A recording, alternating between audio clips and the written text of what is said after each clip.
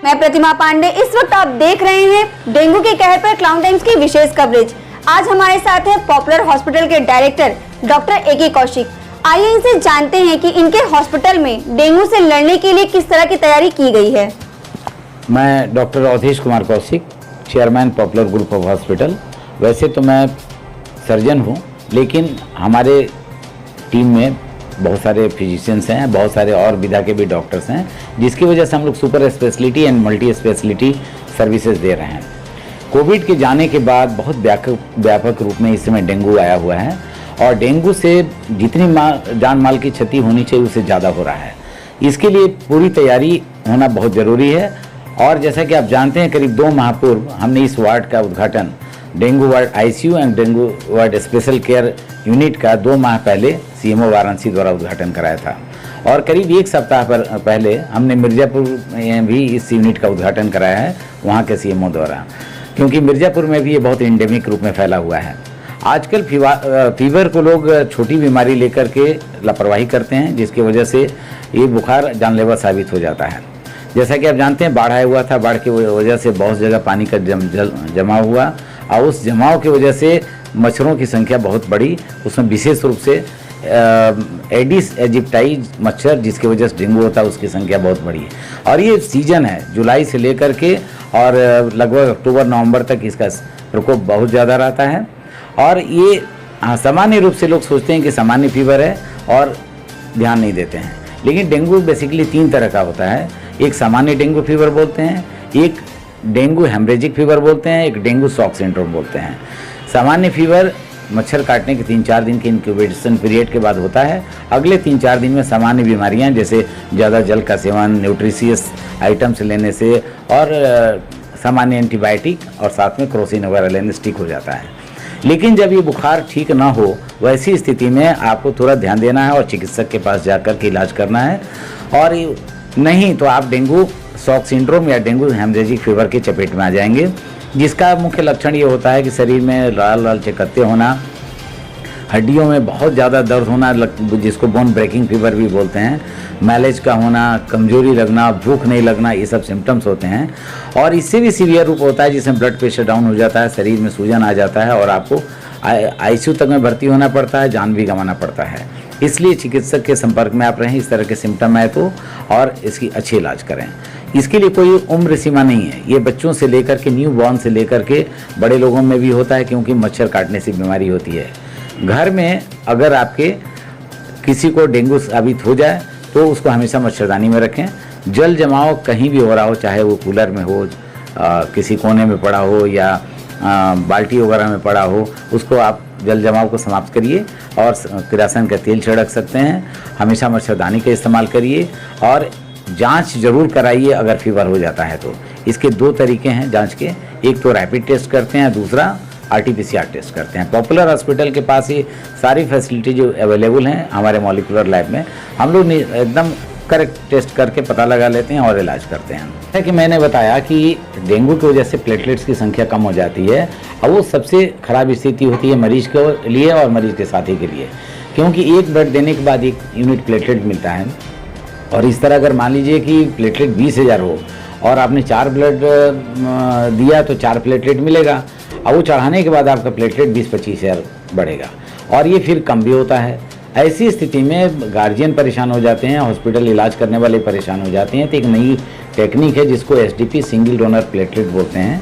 ये बहुत एडवांस तरीका है जिसमें मरीज का ब्लड मैच कराते हैं डोनर के साथ में और उनका ब्लड मशीन से कनेक्ट करते हैं। ब्लड मशीन में जाता है, प्लेटलेट निकाल लेता है, वही ब्लड पुनः वापस चला जाता है उसी व्यक्ति में, और एक साथ ही 40,000 से 50,000 प्लेटलेट की संख्या बढ़ जाती है ये प्लेटलेट ट्रांसफ्यूजन से। तो आइडियली एसटीपी मेथड से ही प्लेटलेट डेफिशिएंसी का ट्रीटमेंट होना चाहिए। ये फैसिलिटी वाराणसी के भी कई सारे चिकित्सालय में होगा, लेकिन हमारे यहाँ बहुत दिनों से चल रहा है, जिसकी वजह से हम लोग डेंगू के इलाज में बहुत सफलता प्राप्त कर रहे हैं, बहुत अच्छे से इलाज कर रहे हैं। सबसे ज़्यादा हमारे यहाँ भी आप देखेंगे कि पीडियाट्रिक यूनिट में एक बार आप विजिट करें तो आपको पता चलेगा कि 40-45 बच्चे एडमिट हैं जो कि बहुत क्रिटिकल कंडीशन में आए हैं, और एक उच्च चिकित्सा प्रणाली के द्वारा और इस सपोर्ट सिस्टम के द्वारा जांच की और प्लेटलेट की सुविधा की वजह से ये सारे बच्चे ठीक होकर के जा रहे हैं। तो ये रहे डॉक्टर ए.के. कौशिक। अब मैं पहुंच चुकी हूं पॉपुलर हॉस्पिटल के बाल रोग विभाग में। आइए यहां की वरिष्ठ बाल रोग परामर्शदाता डॉक्टर निमिषा सिंह से बात करते हैं और जानते हैं कि डेंगू के अब तक कितने मरीज यहां आए और कितने स्वस्थ होकर अपने घर गए।